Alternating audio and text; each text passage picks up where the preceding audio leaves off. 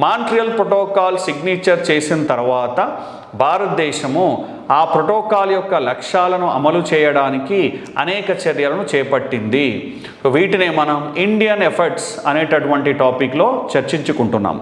దాంట్లో first one చూడండి, Montreal ప్రోటోకాల్ని implement చేసేటటువంటి ఏజెన్సీ కానీ మినిస్ట్రీ కానీ ఏది అంటే ministry of environment and forest and climate change వాళ్ళు ఈ మాంట్రియల్ ప్రోటోకాల్ యొక్క ప్రొవిజన్స్ని ఇంప్లిమెంట్ చేయాలని అనుకుంటున్నారు. వాళ్ళకి బాధ్యత కేటాయించారు. దీంట్లో ఏం చేశారంటే ఒక ఈఎస్సి ఎంపవర్డ్ స్టీరింగ్ కమిటీని ఏర్పాటు చేశారండి.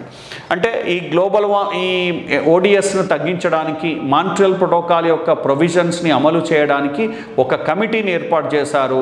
ఆ కమిటీ పేరే ESC empowered steering committee. Okay, ఇది ఏం చేస్తుంది చూడండి, ESC responsible for implementation of policies, provisions, project approvals, monitoring ఇవన్నీ చేస్తుందండి.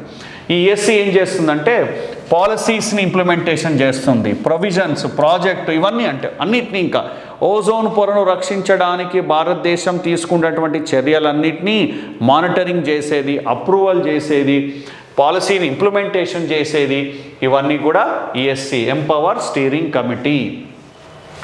నెక్స్ట్, ఇందులో భాగంగా భారతదేశము సిఎఫ్సీలనండి 2008లోనే 8 వరకే మొత్తం సిఎఫ్సి ప్రొడక్షన్ కంప్లీట్గా ఆపేసింది.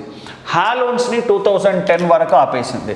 అంటే మాంట్రియల్ ప్రోటోకాల్లో చెప్పిన విధంగా భారతదేశము సక్సెస్ అయింది. సిఎఫ్సీలను కంప్లీట్గా వాడకాన్ని తగ్గించేసింది. ఎప్పటి వరకు? 2008 వరకు. And carbon tetrachloride CTC, carbon tetrachloride and halons వీటి ప్రొడక్షన్ను కూడా, యూసేజ్ని కూడా 2010 వరకు తగ్గించింది. ఇది అడగవచ్చు. మాంట్రియల్ ప్రోటోకాల్లో భాగంగా భారతదేశము క్రింది ఏ రసాయనాల వాడకాన్ని ఉత్పత్తిని తగ్గించింది? CFC chlorofluorocarbons, CTC carbon tetrachloride and halons వీటి వాడకాన్ని తగ్గించింది. ఓకే, నెక్స్ట్, ఇదేం చేసిందంటే డీటెయిల్ కంట్రీ ప్రోగ్రామ్. ఈ ఓడిఎస్ను తగ్గించడానికి ఫేజ్ వైజ్గా ఫస్ట్ ఫేజ్లో ఇంత, సెకండ్ ఫేజ్లో ఇంత, థర్డ్ ఫేజ్లో ఇంత ఇలా తగ్గించడానికి ఒక ప్లాన్ వేసిందండి. దాన్నే మనం డిసిపి డీటెయిల్డ్ కంట్రీ ప్రోగ్రామ్ అన్నాం అన్నట్టు. ఓకే, సో ఇది తర్వాత నెక్స్ట్, ఈ ఓజోన్ పొర పరిరక్షణ కోరు తర్వాత ఓడిఎస్ను తగ్గించడానికి ఒక స్పెషల్ సెల్ని ఏర్పాటు చేసింది. అది ఓజోన్ సెల్. ఇది ఇంపార్టెంట్ అండి. భారతదేశము తీసుకున్న చర్యల మీద అడగవచ్చు. ఓజోన్ సెల్ దేనికి పనిచేస్తుంది అనొచ్చు. ఓజోన్ సెల్ ఎవరి ఆధీనంలో ఉంది కూడా అడగవచ్చు. ఓజోన్ సెల్ ఎవరి ఆధీనంలో ఉంటుందండి?